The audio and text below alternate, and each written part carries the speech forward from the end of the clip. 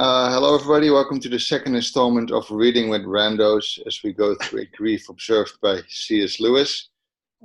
Since we didn't really introduce ourselves last time and we have some new faces, I thought we might start by introducing ourselves a little bit.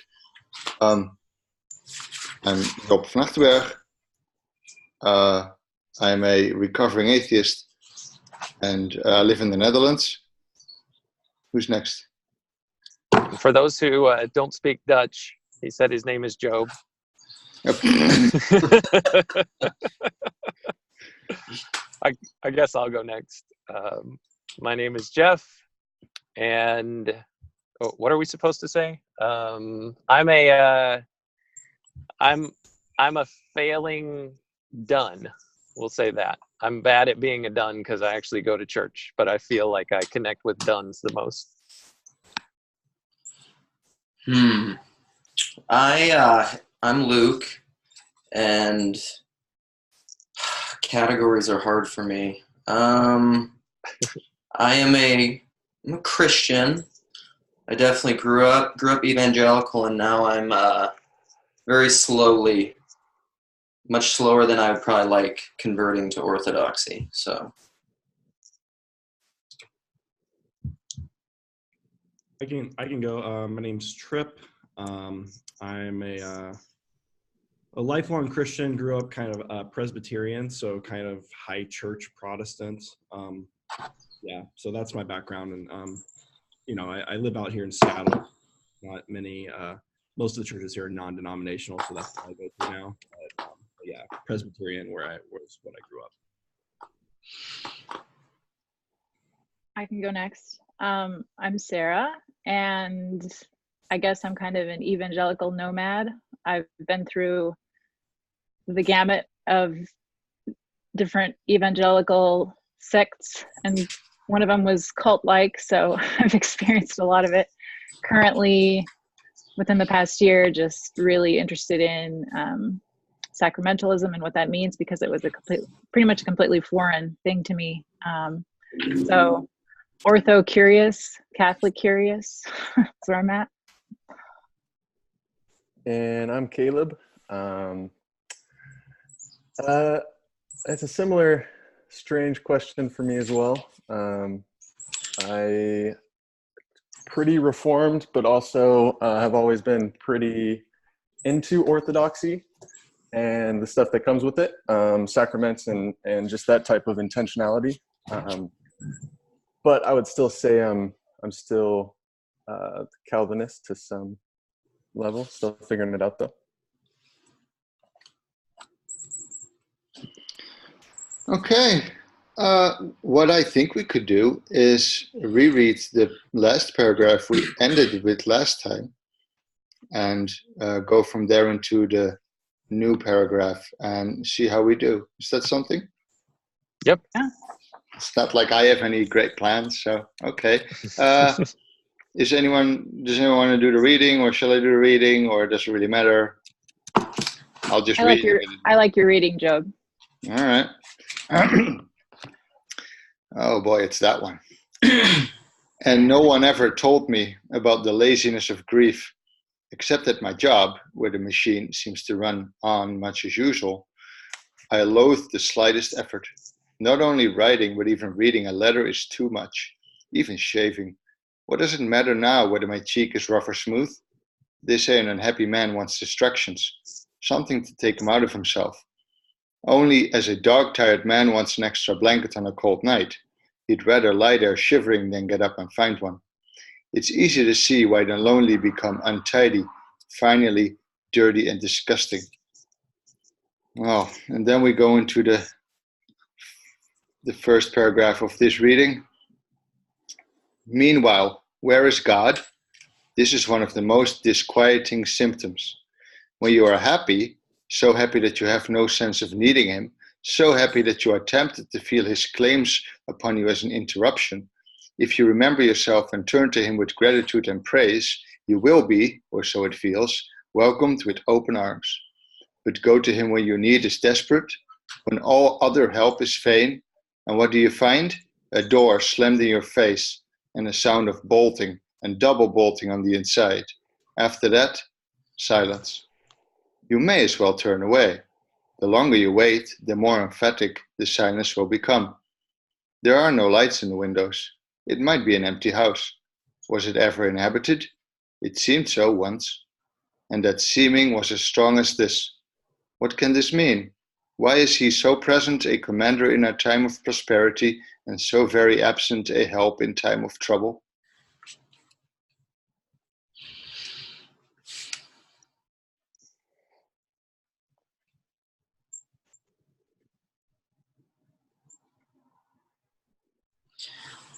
So I have thoughts. Surprise.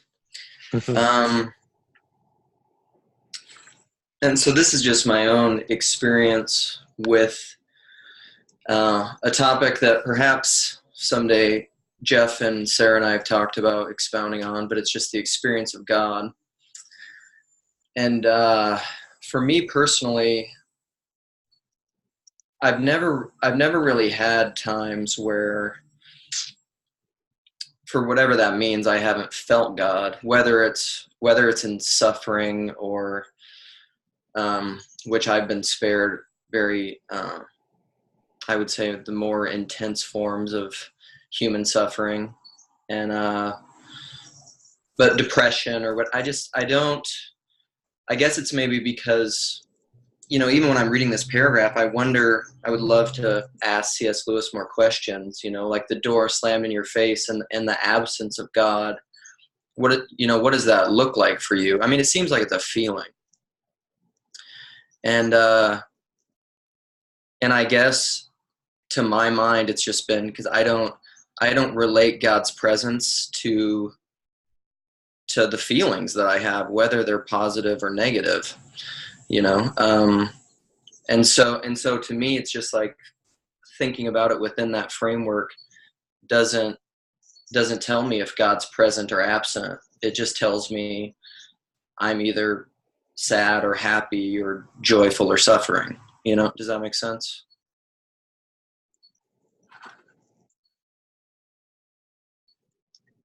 Yes. No. Nope. Yeah. It makes sense. I think that there's a type of suffering that when you're experiencing it, you're also like, you're going to God and asking him for something. Yeah. And if the answer is like, no, like someone died. Yeah. Then you're just, okay, so that's the door closing. You're not getting that. The suffering is going to remain. So you're feeling what that means to get the no and say, no, that's not happening. You've lost this and it's not coming back. So it's like a relational coldness. Yeah, it's just like it's the kid coming to the parents and asking for a loaf of bread and the parents saying no, right? That's what it feels like. Yeah. My experience that I think approximates to what Lewis is talking about right here is similar to what you were talking about there, Trip, where you're asking God for something, or you're wanting something so desperately to happen, or you're wanting so desperately for something else not to be true. Please don't let this horrible thing be true. And in my experience with God, sometimes there's a time frame where you're waiting to find out the truth. Like there's no way you can know it until a certain amount of time passes. And, in my reflections, either after prayer with God or sometimes during it, was kind of being challenged with this question. What if you don't get what you're asking for? Is that pretty much it? Are you going to be done with God at that point? And if so, is that all that God was to you? Is just, somebody who grants your wishes or, makes the things happen that you want to happen? And for me, that was just it was a struggle, but it was a question that, I ultimately had to face with the thing that I wanted so bad, in kind of being forced to pick what was more valuable or more important. I'm probably not using the right words there, but is my belief in God and my reliance on God contingent on getting what I want or preventing the things that I don't want from happening. And that was a really tough reality to face. And, you know, I came out of it on the other end, just not feeling like I had, not feeling like I had really much of a, I was going to say not feeling like I had much of a choice. But that's not quite saying it the right way. It's like, it just didn't seem to me like reality was possible without my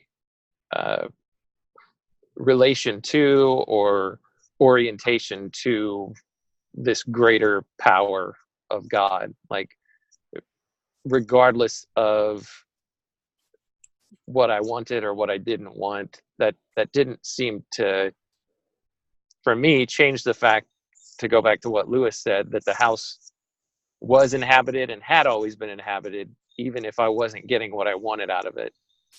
Even like a response, you know, he says the door bolted and double bolted, as if, you know, there's not going to be any answer. You can't come in, you can't access what you want.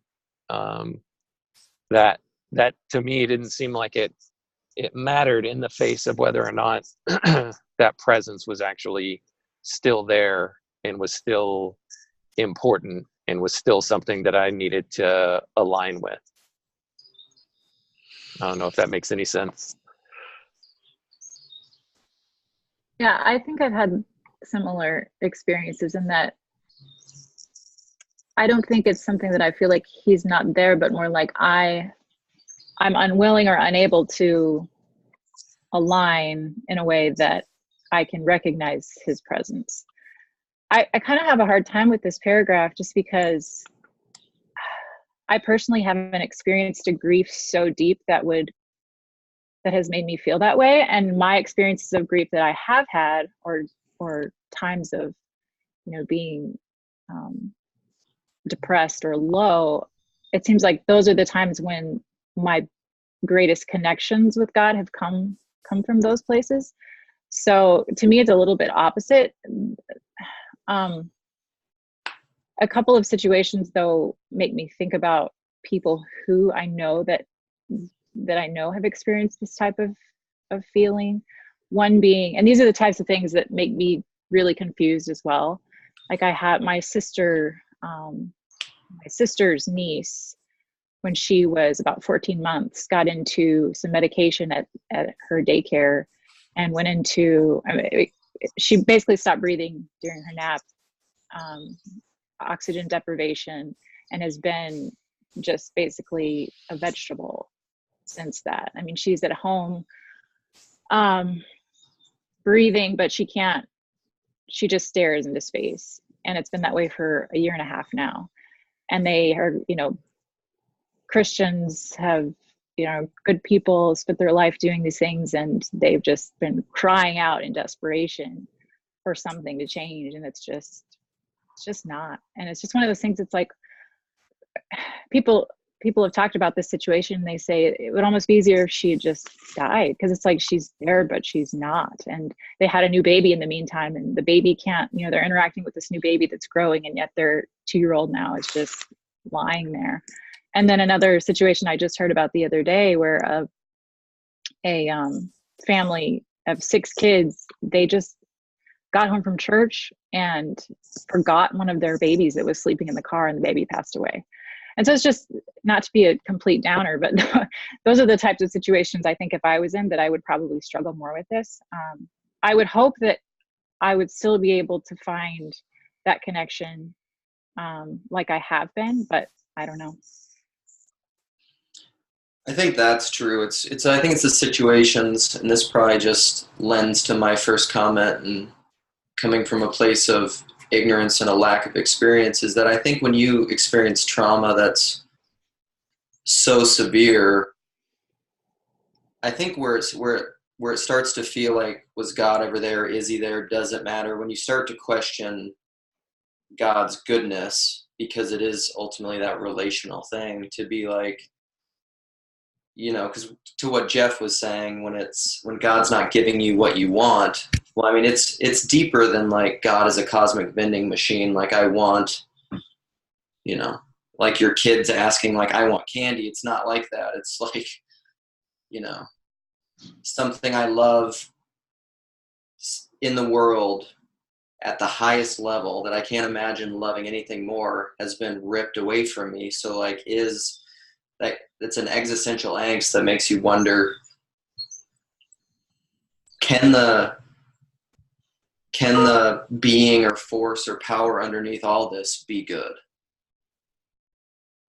Yeah, I think, you know, it's easy, you know, if it's something that bad that happened to someone, it's easy to give them counsel and say, listen, you know, don't treat God like Santa Claus, right? And to bring you gifts and that kind of stuff. So someone didn't get the promotion they wanted, right? And, you know, they're upset about it. It's easy to give them advice and say, like, you're thinking about this wrong and that kind of stuff. But I think, you know, depending on what it is that you're talking about and the level of grief and the level of trauma and that kind of stuff, I think you start to realize that to a certain extent, we're all on that spectrum. We're all like, there is a limit to what we can experience before we start having those same questions of like, why? Exactly. And then if you do experience that and then it's the door closed, so you're not getting what you want, okay, fine. But then there's the silence, right? Like the why isn't forthcoming. It's not like he's sitting down and be like, here's why this had to happen, right? And, you know, for a lot of these things, you might not ever really know in this life why, really. You can see some of the effects of it, but the why did that have to happen? That's the silence that I think makes it even harder. And why it seems like that. I get what Lewis is saying. Like, it seems like the house is empty. Like God's ducking your questions. Is the why there when the good things happen?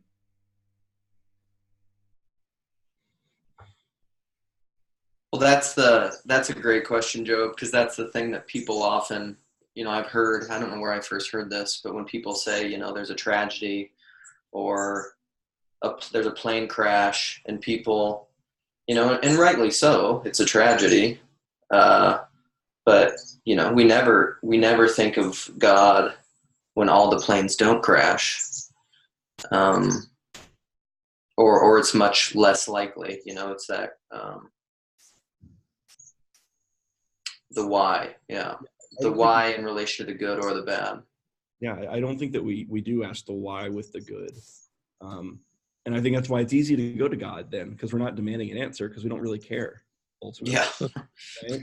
Like, Well, or it is an answered prayer. Right. Yeah, well, if it's an answered prayer, I think it's another thing. But like, you know, there's a certain amount of fortune that we all have, you know, that is unearned, but in like, you know, when you're having a good time and you know, times are good in your life and you're not experiencing like grief or pain and that kind of stuff, like those moments of true happiness, yeah, you can go to God and be like, you know, I've got divine favor or whatever you want to call it, but we don't ask why, really. We just say, great, thanks, God, and then we kind of move on. And that way, I don't know that we're really engaging with when we do that, but it's easy to be like, yep, thanks, God, that's great. Well, there's a frame of mind to it that I am really bad about getting into. But if you think about it from the perspective of I can't remember who I've heard say this, but I'm sure, you know, there'll be people who are listening or of you guys, where the question is, maybe Peterson has said it, why does anything good even happen? You know, everything should be terrible from all indications. And if you can get yourself into the perspective of kind of moving one step beyond that, and then just seeing all of the good that happens so often, and just being in a frame of mind of gratefulness and thankfulness. And Job, I don't want to call you out too much, but you know, this is something that I really appreciated whenever we sat down and had lunch. You know, one of the first things that you did was you were just giving thanks for the meal itself. And you know, that's just something that I don't do, and I don't get into the position of being, just generally speaking, as grateful and as thankful as I am for all of the goodness that's around me, that I just kind of ignore like a spoiled little kid. Like, and you know, there are absolutely horrible things that can and do happen to people and have happened to people. But just speaking for myself here, I seem to get so irritated and so aggravated by, you know, things that just kind of get in the way of how I think my life should be going. And I think that sometimes comes from a place of just not being fully open and understanding all the goodness that happens around us, the unmerited goodness that's in my life. So here's an idea I want to throw at you guys. And Job and I were talking about this before everybody else showed up. And it's connected to this. But so earlier this morning on the Discord, I can't remember who it was, but someone said something like, it's really easy to, sometimes it's easy to avoid the goal of becoming a saint as a Christian, because that's what's really hard to do. And it made me think of, and Job and I were talking earlier about self-forgetfulness, and that a lot of what being a saint is just being outward oriented. And maybe, and as we were talking about the why in relation to the good or the bad, what I thought of was maybe it's because when you're experiencing the good, and just, I guess, remove entitlement. Like, I'm not saying but when you're experiencing good and you're just joying in that, whether or not you're consciously grateful, whether or not you're thinking and expressing like, oh, I'm grateful for this, you are grateful for this, for whatever you're experiencing, because you're joyful. So like if you go out for a good meal, you know, or for me, this will all connect to food, because this is that's what I love. So if you go out for a good meal and a bottle of wine and you're really enjoying it, and you know, table entitlement, you in doing that, you're being self-forgetful a lot of times, because you're enjoying the thing. You're enjoying this external thing, and so you're outward oriented. But I think that maybe this is what God is doing. I don't know. This is just a thought I'll throw out there. In suffering, it is incredible. I think the knee-jerk human impulse is to be inward. Me, my suffering. Why me? Mm-hmm. Why me? It's very, very inward oriented. And maybe what God is doing through that is teaching you through the suffering, as opposed to just the good thing, to self-denial, self-death. And I mean, that's a harsh thing to say when somebody's experienced real extreme tragedy. And that's not just like, if what I'm saying is true, that's just not the truth bomb that I would drop on them in their tragedy. But why me is the first step to then what Solzhenitsyn did. Why me? What did I do? How did I contribute? So he went inwards, very, very much so. And you could almost say that through that, Solzhenitsyn became somewhat of a saint through what he affected. I feel like personally that my circumstances don't necessarily seem to dictate whether I'm outward or inward focused, but I can feel a pattern of, it's almost like it feels like an inward spiral when I'm self-consumed versus, you know, giving out. And I've felt that way both within times of, you know, suffering or, you know, more tragedy, but I've also felt both of those things when things are going really well. So for me, it's just like, it's a pattern that can show up. Caleb. Yo. You've been kind of quiet. I'm just listening. Just making sure you don't feel left out. Oh, no worries. I think I will say, I think a lot of this paragraph boils down to, what are you doing, God? Like a pretty angry, like it comes across as very like, are you real? But I think it's just like, I don't trust you. Like whatever you're doing, I'm not down with this. And I relate to that for sure. It's hard to, with these negative things, it's hard to let them run their course and see any good in them. Maybe there's not good in them. I don't know. It's hard to say with certain things. It's hard to say what the fruit of stuff is. Sometimes there's no answer. There's no, even in hindsight, there's no clarity. So I don't know. I feel like that was just kind of some of the energy that he's feeling in that. Do we want to go to the next paragraph? We're about halfway in on time. Yeah, let's do it. It's a shorter one. I tried to put some of these thoughts to sea this afternoon. He reminded me that the same thing seems to have happened to Christ. Why hast thou forsaken me? I know. Does that make it easier to understand? And my own notes were on that. Stop giving me rational arguments when I'm running on emotion.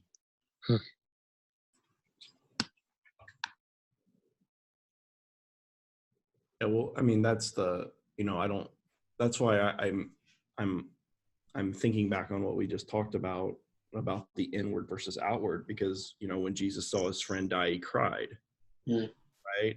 Like he was experiencing it, and that seemed like a very inward focused, like he's crying, he's experiencing it. And then whenever Jesus on the cross, he's asking God why. Again, it's an inward question. So I don't know that it's as simple as saying like we have to deny self. And Lewis is saying, yeah, okay. I mean, he went through it too. So what?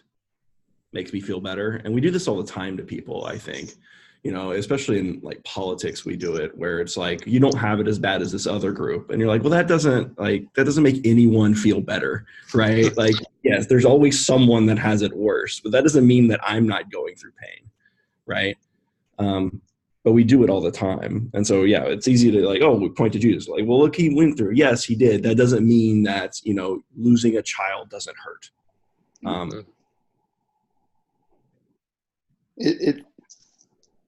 I would maybe maybe it's sort of it's difficult for people to engage with another person's grief. We want to stay away from that. I wonder if that's what C was doing. Like, well, Christ suffered, so maybe you can stop behaving the way you are behaving and behave the way I'd like you to behave. Stop feeling. It's kind of a selfish thing. Sorry, Trip. What was that? I was saying like it's basically like stop being sad, bumming me out, and like let's move on from this, right? I want you back to where I was comfortable. Yeah. Yeah. Here's this nice puppy. Aren't you happy now? Why aren't you forgetting the terrible thing?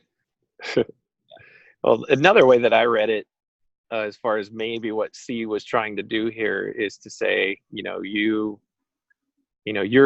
you're going through something that Christ has gone through as well. So don't feel bad about asking these questions, like why is God gone?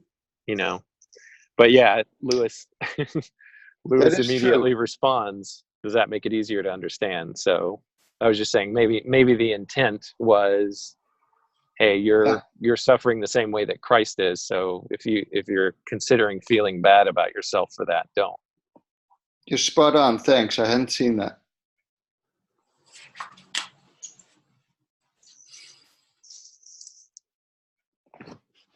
Anyone else? No. Go to the next one. Not that I am, I think, in much danger of ceasing to believe in God. The real danger is of coming to believe such dreadful things about him. The conclusion I dread is not, so there's no God after all, but So this is what God's really like. Deceive yourself no longer. That is, God is the awful, awful monster, and I was blind to see it. And it's just lashing out because he knows it's not the case. Lewis of all people.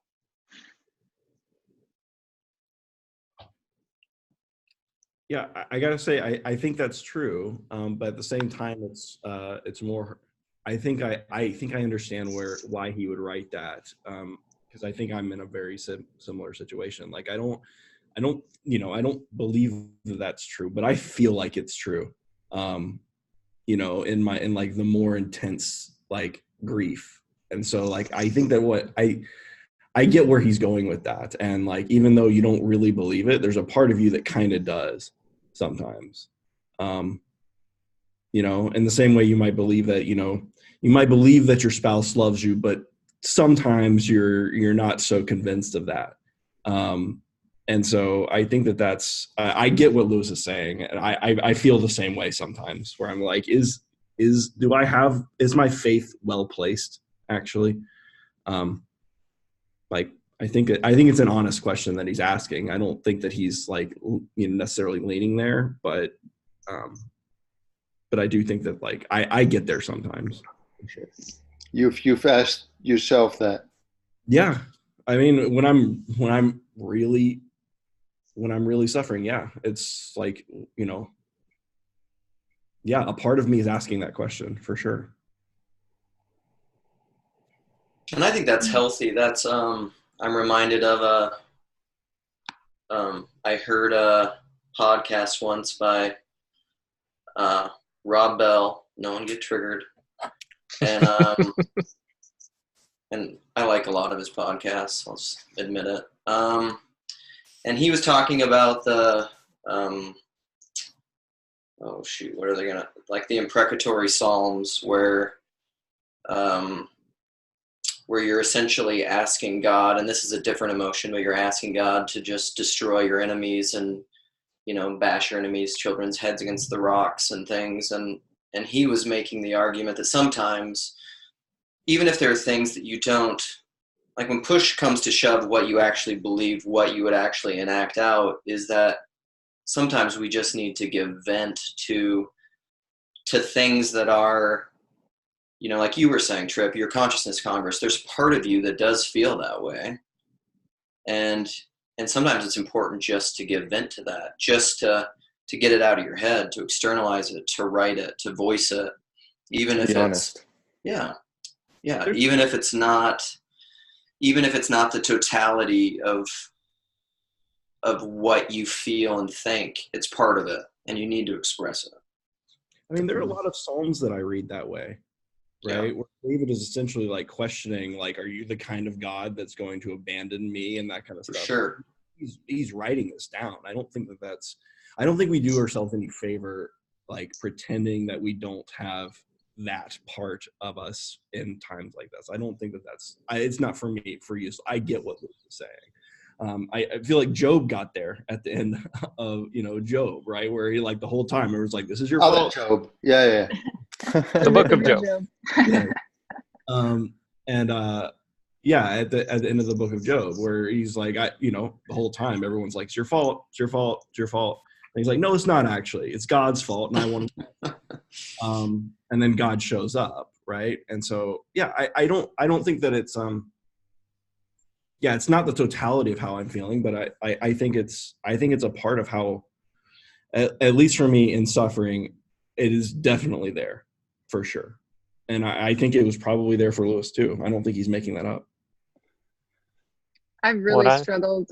Sorry. No, you go ahead. I was just gonna say, being a mother of small children has brought this issue of trust in God and who He is and His nature to the forefront on various occasions, because it's like I've seen people with that have lost children. I've experienced a miscarriage. I see my kids and I can't even fathom going through the grief of losing one of them. And it makes me want to say, okay, you can take care of the other stuff. I'll protect the kids, because I don't necessarily trust your plan in this. And it's like, if I knew the right things to do to prevent them from, from me from losing them, then I would do it. But there's not a path like that. So that's probably the main area of struggle in this type of thing for me. Has anybody ever seen that movie that came out recently called Hereditary? It's like a horror film. If you haven't seen it, I'm not advocating watching it. I mean, if you're an adult, do what you want.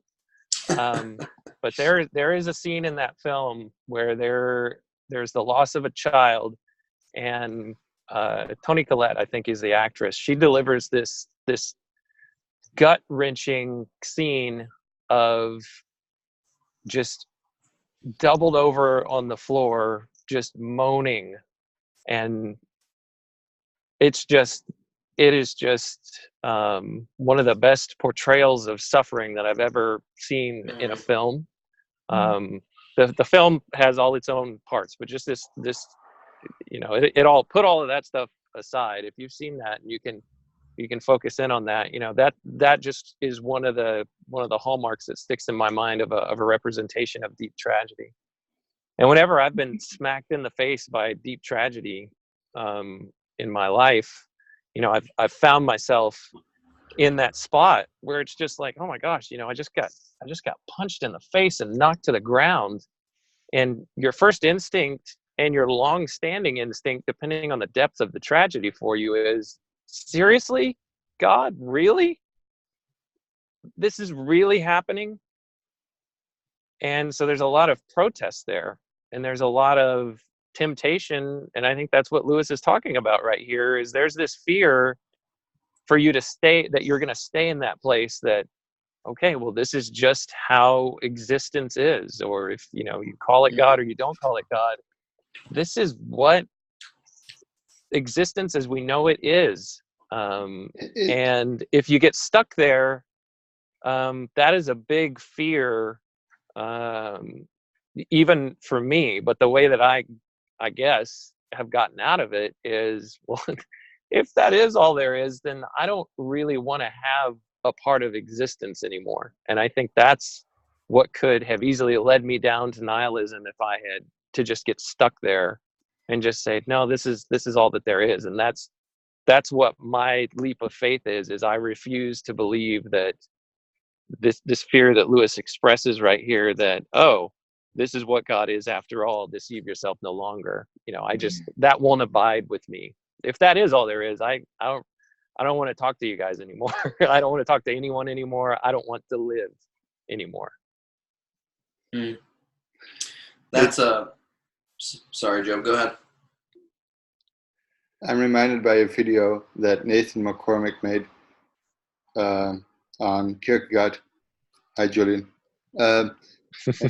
Talks about, Kierkegaard writes about a chef, and the chef he tastes and tastes, and he makes a dish. And sometimes he sprinkles in a bit of spice. And for instance, here, this person needs to be sacrificed.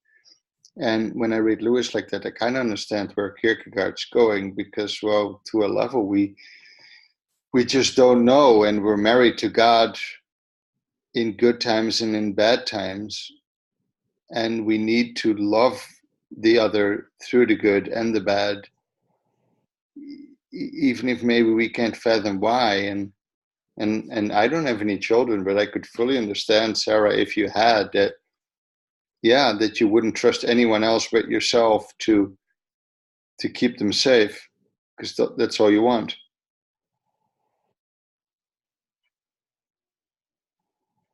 The other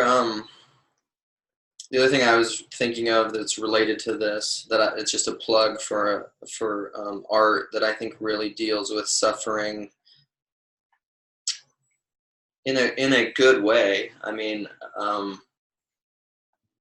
depending on what you mean by that, but I recently watched, and it's been a while since it came out, but it's normally the kind of movie that I love, but Manchester by the Sea, Casey Affleck and Michelle Williams.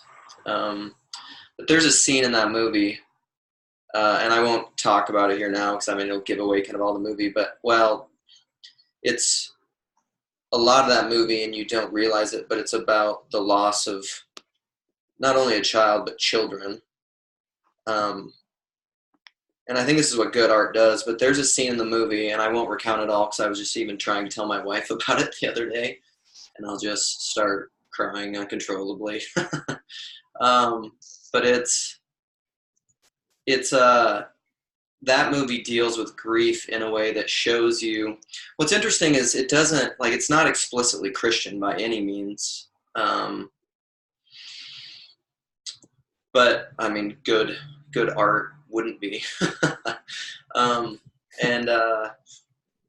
There's a scene that tries to work through. Well, whatever. I'll just tell you what it is. It won't ruin the movie. It's still good. There's a family that ends up, due to this father's negligence, their house burns to the ground, and his 2 daughters burn to death in the fire. And this ends up, his wife lives, he lives, and the movie is set in kind of the aftermath of all this. And there's a scene where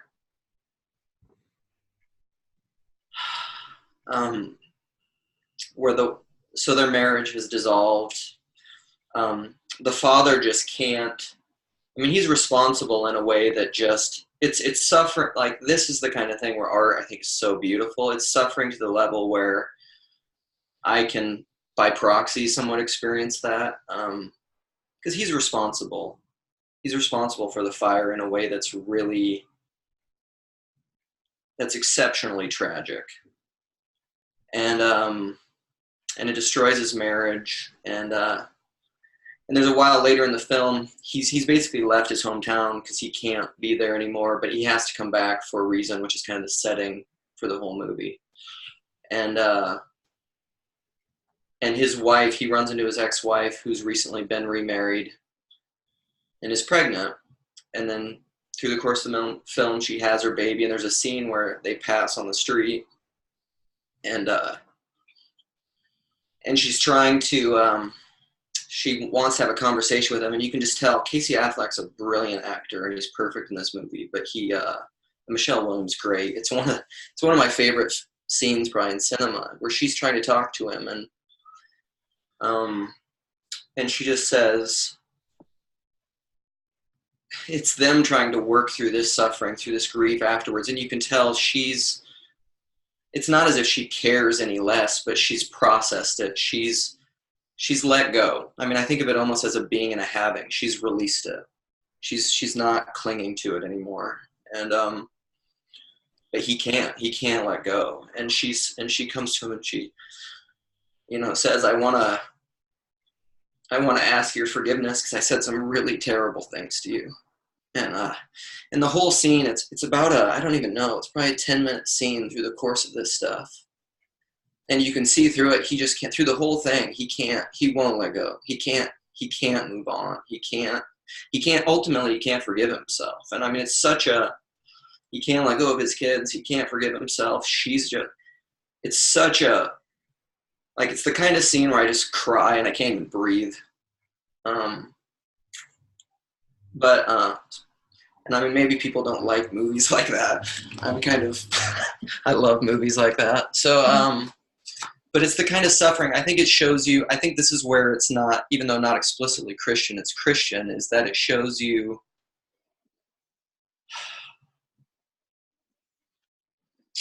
a contrast, I think, between he and his wife, of what I think it looks like for a Christian to work through grief. And it's not as if he can't let go. And it's not as if and maybe it's due to the circumstance. Maybe it's due to his responsibility in it. I don't know. I can't fathom it. Like, I don't know what I would think of myself in a situation like that. Anyhow, I recommend it. It's beautiful. Can I add a quick story about that goes along with art? I'm going to anyway. Just talking about the trust issue. I've experienced a series of really traumatic dreams. I've told Luke this, that my children are being literally torn apart in front of my eyes. I mean, like ripped apart, bloody, me holding them, just the most horrific circumstances you can possibly think of. And part of me in experiencing those dreams is like, wow, God, are you preparing me for something that's actually going to happen? You know, you go through all of these thoughts and feelings, and at one point, it was actually kind of when I discovered the whole Jordan Peterson stuff and Peugeot and started looking into orthodoxy, and I really was curious about iconography and started looking at a lot of I bought a couple of books of icons and had been looking through them, and I watched, actually, Luke, you and Mary were talking about that video. It's called Sacred Art in Secular Terms, where he talks about the icon of the Dormition, and that icon for me just stood out so much. And it's a picture of Mary's death, and Christ is standing over her as she's lying in front of him, but he's holding this baby wrapped in swaddling clothes, which is actually the soul of Mary. So he's standing over her, looking very, very sad that she's gone, and yet holding her soul, like right next to his chest. And I'm not gonna be able to make it through. But so that I just kept meditating on that picture and staring at it, and there's this child, this child that Christ is holding. And the next couple weeks later, I had another one of these dreams where my daughter was being ripped apart by a sea monster, and I'm watching that. It was almost like it slowed down into slow motion, and all of a sudden her face in that photo, in the dream, became Mary as this baby being held by Christ.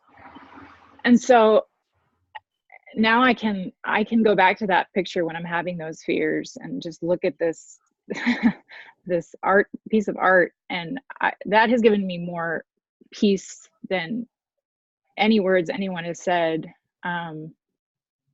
Yeah, it's pretty incredible. Yeah. And not even starting your dreams, those just started to happen. Yeah. Mm-hmm. I haven't had one since that one though. So. Oh, that's great. I'm glad to hear that. Yeah. Not with any intent to make light of that. This is just a thought that came to my mind. The last one where you talked about, did you say it was like a sea serpent or something? Mm-hmm. Yeah. I mean, that just sounds to me, and again, I'm far from an expert on it. It's only what I've heard, but that sounds like a very archetypal type dream. Sure. Yeah. With the mother protecting the children from, or trying to protect children from chaos. The snakes. Yeah. From the snake Mm-hmm. of chaos. And it just reminded me of a lot of what Peterson said in his biblical lectures. Mm-hmm. Well, and I literally I was having a lot of those dreams before we took our two kids to Africa for 6 weeks when they were 3 and 4. And that was when I was really wrestling with it. I mean, it's like literal snakes that I'm afraid of. And I had come to a place of peace. It's like, okay, we can go, whatever. If something happens to them, I was at a place, it's like, okay, God, they're yours, and it ended up, when we were there, my daughter almost stepped on a spitting cobra. I mean, she came 2 centimeters from stepping on a highly venomous snake. And it was like, it was the weirdest experience, because I wasn't like, oh, thank you, God, for protecting her, which might have been the response. It was more like, if she had died, I would be okay. Like I would have a peace.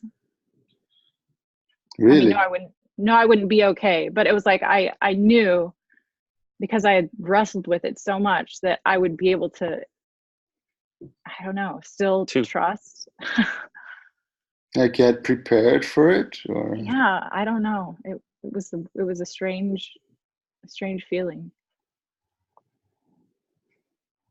I don't know. This is something that I think you could contemplate forever, but something that's really core to the Orthodox perspective on Christianity is that even death itself is something that God has turned on its head, and will use to. I mean, that's the icon of the Dormition, I think, is that very thing. Like, that's what that's representing, is it's trampling down death by death. Like, she has died, but in that death, she's entered into a deeper re-embodiment of what it means to be in Christ and be in the restoration and recreation of all things. And Look, hang on. You're using terms I don't know. Okay. And maybe others also. What did I say? Icon of the Dormition. Oh, so that's what Sarah was talking about, was the image of, the image of Mary and her death. And is that common? Is that a common thing? No, no. It's common to Orthodoxy, I suppose, and maybe Catholicism. I'm not sure. I mean, icons are so central to Orthodoxy, and so the Dormition of the Theotokos, or Mary, is one of the big feasts within Orthodoxy. It's one of the big events within the calendar year. So in that sense, it's prominent, but it's not probably outside of Orthodoxy. But it's the idea. It's what we say every week in the liturgy, is trampling down death by death. And even Irenaeus, in one of his, I heard Father John Baer, which is one of the most profound lectures I've ever heard, was talking about Irenaeus had a letter when he was on the way to being executed, and he wrote someone and said, permit me not from living. Let me follow into the what's the word I'm blanking on now? The passion of my Lord. And so within Orthodoxy, there's this weird counterintuitive thing that's just like death itself, of which suffering, I think, is ultimately suffering culminates in death. And so you could think of suffering as like on that path. But within Christianity, it's the belief and it's the hope that even death itself will be a redemptive act. And I think that's, I don't know, I've heard, and this is another probably triggering thing, but I've heard Richard Rohr say that a lot of what the Christian life is it's a process of self-denial and self-death to such a degree that the goal would be at the end, when you actually die, there's complete peace. You're just like, oh, this is what my whole life has been. Like, this is, like, I'm very ready for this, which seems crazy, but this is something that Julian would love, Kierkegaard. This is the absurdity. This is the foolishness of the cross, 1 Corinthians.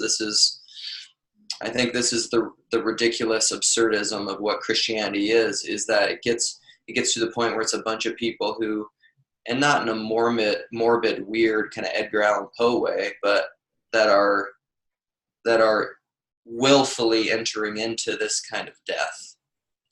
And so, I don't know, within suffering, I think of James, consider it pure joy when you face trials of many kinds, for you know that the testing of your faith develops perseverance. And perseverance, when it's finished its work, you will become mature and complete, not lacking in anything. I think that's the idea. Okay, I've talked enough. That's okay. We're 5 minutes to the hour, so we're not going to get another paragraph in. Trip, how does all this sit with you, being that you're actually in the throes, or have been more? Rather than just the ideas in themselves, how is it hitting you? Yeah, I posted in the Discord, but for anyone that's I guess, listening to this that may not have seen it. So I guess it'll be 2 weeks ago this Friday, we had a miscarriage. And in the middle of that, reading things like James say, consider it pure joy, I just want to like dig up his grave and smack him. Yeah. Amen. Are you kidding me, James, right now with that? I don't know. Here's what I feel like. And I resonate very much with Lewis's, and this is why like I get it, because like right now I'm there with Lewis saying like I have a part of me that thinks that God might be bad. And it reminds me of that kind of passage in Mark where, the man comes to Jesus asking for, help for his kid. And he says, help him if you can. And Jesus says, if I can, if you had, all things are possible with belief. And then the man replies, I believe, help me overcome my unbelief. And so it's that like, I have both of these things in my head.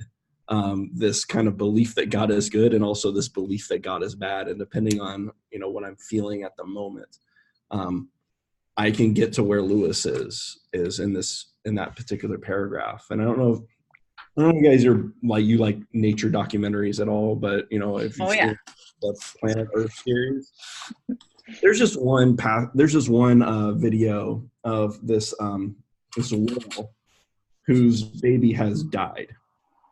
And the whale is dragging this baby that's been dead for probably a week. You could tell that the carcass has been rotting and kind of falling apart and that kind of stuff, but the whale just won't let go. That's what I feel like right now. Holy shit. All right, that's the door. Yeah, that's what I feel like right now. That I feel like I'm dragging a carcass with me, not physically, but I am. And yeah, so there's a part of me that really wants to shake my fist and question God. So I get where, and that's why like the kind of the intellectual kind of responses, the James consider it pure joy, just ring hollow when you're going through that. Yeah. You're just like, no, like, sorry, like, I get it. You're probably right. Great. Right? Doesn't help me. Yeah. And it's false to preempt, to lie about where you're really at. That's no good for anyone. Yeah. And there's some. Sorry. Go ahead. Go ahead. No, you go ahead. I've talked enough. I was going to say there's some sort of juxtaposition between consider it pure joy and crying in the garden. There's some balance of both of those things that they're both legitimate somehow, and they're both fully legitimate somehow. Yeah. I don't know. Well said. Shortly. Good job. I think that's a good closing for second installment. Yeah. We're out of time. Thank you all for attending. Yeah, I think it went. Yeah, great.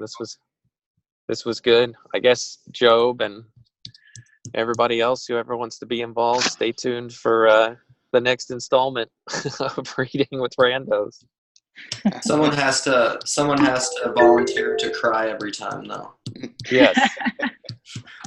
I'm going to stop recording now.